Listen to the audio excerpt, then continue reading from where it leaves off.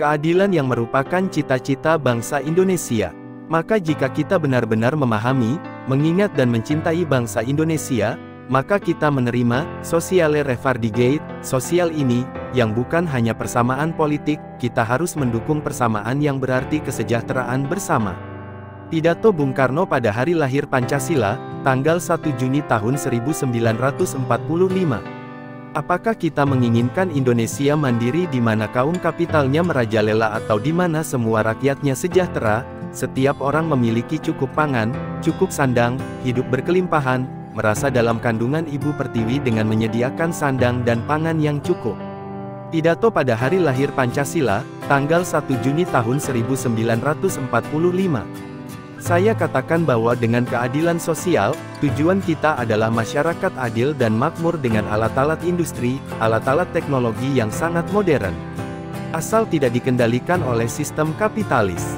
Sosialisme berarti memiliki pabrik kolektif, ada industrialisme kolektif, ada produksi kolektif, ada distribusi kolektif, ada pendidikan kolektif. Bahkan dalam hubungan internasional, kemerdekaan adalah jembatan bagi perjuangan bangsa-bangsa untuk kesetaraan, untuk pembentukan bangsa dan negara agar mereka dapat berdiri di kaki sendiri.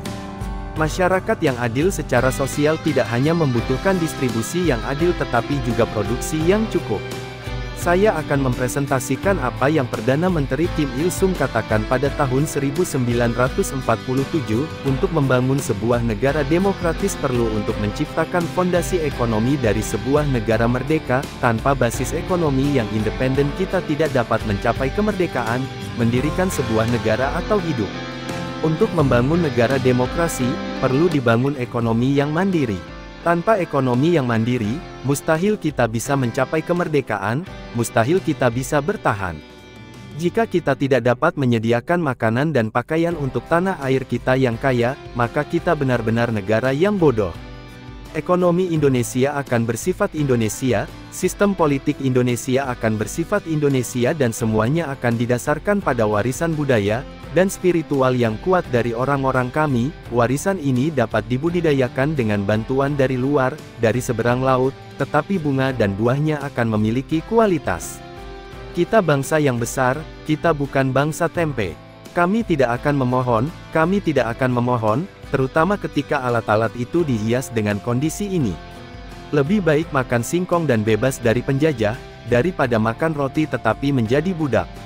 Gemah Ripahloh Jinawi, tata tentram Kertaraharja, para kawula iyek rumagang inggawe, tebi saking laku cengengilan ado saking juti. Wong kang lumaku dagang, rinten dalu tan wonten pedote, labet saking tan wonten sansayangi margi. Subur kang sarwa tinandur, murah kang sarwa tinuku. Bebek ayam raja kaya enjang medal ing panggenan, sore bali ing kandange dewe-dewe. Suatu bangsa menjadi kuat hanya ketika patriotismenya mencakup patriotisme ekonomi.